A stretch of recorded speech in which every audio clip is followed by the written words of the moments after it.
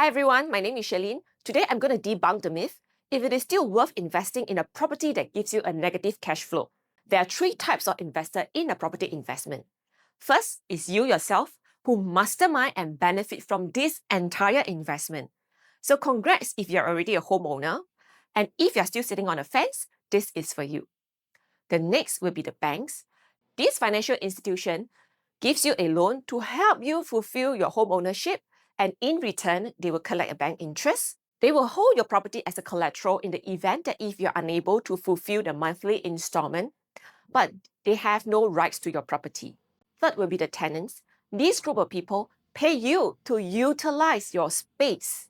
So based on a purchase price of 1.9 million, let's just assume that you are able to secure a loan to value of 75%, which means your loan amount is 1.425 million with a repayment terms of 25 years if you're age 40 and you're a Singaporean with his first property.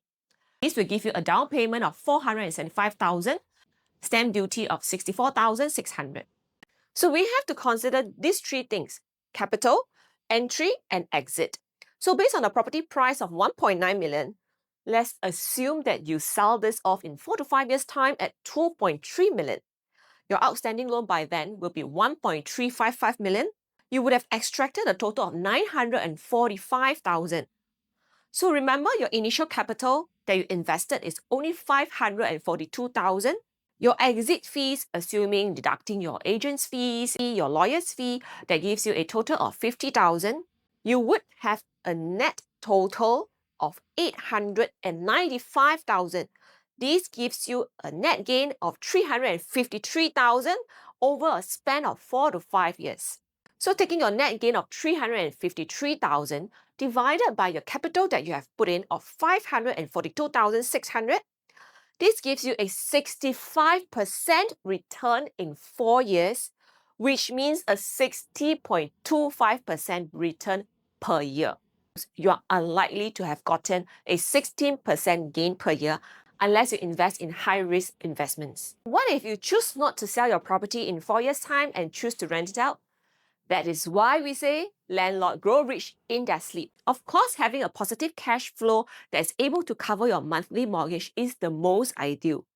But today, I'm going to share with you in a worst case scenario, if your monthly loan is unable to cover your monthly mortgage, is it still worth investing? So now let's just assume the same purchase price of a 1.9 million property at an interest rate of 1.5% with a loan tenure of 25 years and an LTV of 75%. Your monthly repayment would be 5,699. Assuming a purchase price of 1.9 million at an interest rate of 1.5% with a loan tenure of 25 years with an LTV of 75%, your loan amount is 1.425 with a monthly repayment of 5,699.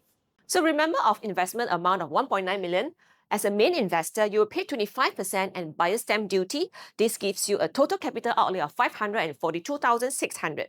And your co-investor, who gives you a loan of 1.425 million. And what about a third investor? Assuming a very conservative monthly rent of 5,000, your monthly repayment of 5,699, 3,900 will go towards paying the principal, which reduces your outstanding loan. And 1,800 will go towards paying the interest that's incurred by the bank. And who actually pay for this? The tenant. Remember, again, I'm using a worst case scenario. Assuming your monthly installment is 5,699, this gives you a shortfall of $700, which means a negative cash flow. With a $700 that I put in, as a landlord, get back $4,600, which means for every $700, I gain an extra of $3,900. This gives me a return of 557% return per month.